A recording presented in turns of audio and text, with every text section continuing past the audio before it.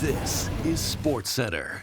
Hey, I'm Risser, on this digital Sportscentre presented by Montana's Barbecue and Bar. Yesterday, we went over which Canadian teams would be buyers or sellers in the East. So as promised, today we're doing the Western Conference, starting with the Jets, who sit atop the Central Division standings with a full 7-point lead over the Wild. And much like last year, it feels like they're going to want to buy to take advantage of this window they're in. Last year, the Jets were aggressive, acquiring Tyler Toffoli, Sean Monahan, and Colin Miller. As Jesse likes to remind everyone, defense might still be a position of need though, so don't be surprised if they take another big swing. Speaking of big swings, the Oilers are a prime candidate to make a deal or two before the deadline. Edmonton has won 4 in a row and are tied for the division lead with Vegas. A key difference between last year and this year's team though is depth scoring. The players they signed in the offseason just haven't made a major impact yet. So adding another impact forward to join McDavid and Draisaitl should be at the top of the list. 2 more teams to go, the Canucks and Flames.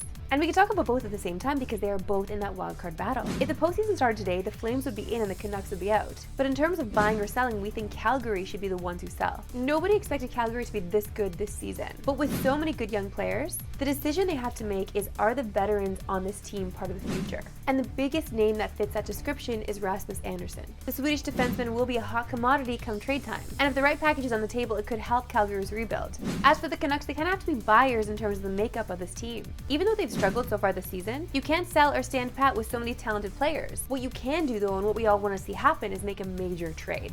And Vancouver's one of the few teams that could make a blockbuster due to that weird situation between JT Miller and Elias Pettersson, which is why they are both 1 and 2 on TSN's current trade bait board. Which, quite frankly, we should be talking about that situation more. The tea is still hot, and I feel like we're letting it go lukewarm. I take responsibility for this. To the NFL, and we are just a day away from the divisional playoffs. Seriously, just 1 day away from one of the best sports weekends of the year. So if your sister-in-law scheduled a big birthday dinner at the same time as the Bills-Ravens game, you're allowed to have words with her, okay? I'm, yes, speaking from experience. And let's talk about that Ravens game because we gotta talk injuries and Zay Flowers. He hasn't practiced all week, and according to NFL Network's Ian Rappaport, he's not expected to be on the field Sunday against Buffalo. In our other AFC clash, running back Joe Mixon, who was limited in practice earlier in the week and then missed practice altogether yesterday because of that ankle injury, well, he's officially listed as questionable in Saturday's game versus the Chiefs, but is expected to play. And you can watch the NFL playoffs this weekend on TSN and CTV. It starts Saturday between the Texans and Chiefs, followed by the Commanders and Lions. Then Sunday we got the Rams and Eagles, followed by the main event, game of the year, Ravens and Bills. So Sharon, my lovely sister-in-law, if you're seeing this, yes, you scheduled a birthday dinner at a very busy time for me. I'm not sure I can make it.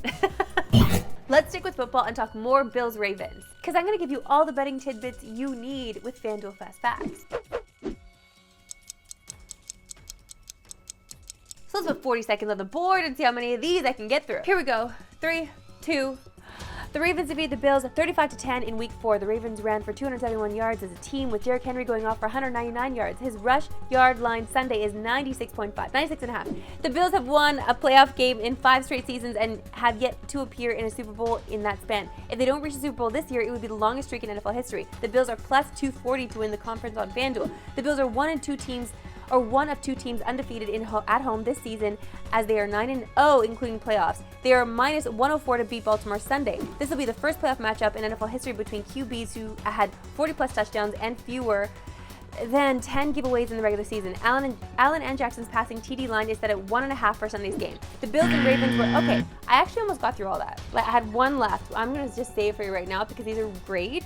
The Bills and Ravens were the 2 highest scoring AFC teams in 2024, both scoring just under 31 points a game. The total for Sunday's game is at 51.5, okay? So, big deal over here. I know that we're kind of, Bill stands in this neighborhood, but I mean, for good reason. Okay, so there's a ton of football on CTV and TSN this weekend, as we've already covered. But sometimes you need that non-sports fix. And that's where our friends at Crave come in. And you gotta see this promo because right now you can get TSN and Crave, the ultimate entertainment and sports bundle, meaning you're saving with prices starting as low as $21.99 a month. So in honor of that, we're gonna do a little Risser's rankings of my 5 favorite things coming to Crave in 2025. And I'm gonna cheat a little because 2 of these things were actually already there in 2024, but I just haven't watched them yet. Starting at number 5, Righteous Gemstones Season 4. With a cast of Danny McBride, John Goodman, and Adam Devine, do I have to say more? At number 4, I'm kind of lying again here because I have watched this already, but I'm gonna watch it again. That's The Penguin. The Penguin is a masterpiece of television. You must watch if you have not watched already. I feel like I identified with a specific character, and when you watch it, you will know exactly what I'm talking about. Just everything about her entire vibe, her clothing, please, she's my queen. And if you need a better description, it's basically like The Sopranos set in the DC universe. Next up, something I cannot wait to watch is Dark Side of the 90s Season 3. And I'm not just talking about the Spice Girls episode, I'm talking the entire season. And at number 2, White Lotus Season 3, they're going to Thailand. Of course, if you've already seen the other 2 seasons of White Lotus, you're all in on Season 3. I really don't need to say anything about it, but if you have not watched the first 2 seasons of White Lotus, you absolutely must.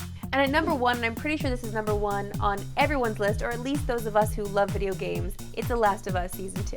The show does such a perfect job of really encapsulating what the video game was and how powerful it was to so many of us who played and enjoyed. So I cannot wait to see where, even though so many of us know where the story goes, I love seeing how they replicated all of those scenes that we loved. So Season 2, it's gonna get crazy. That's it for me today. We'll see you back here Monday. Have an amazing sports and binging show weekend. And not going to birthday parties.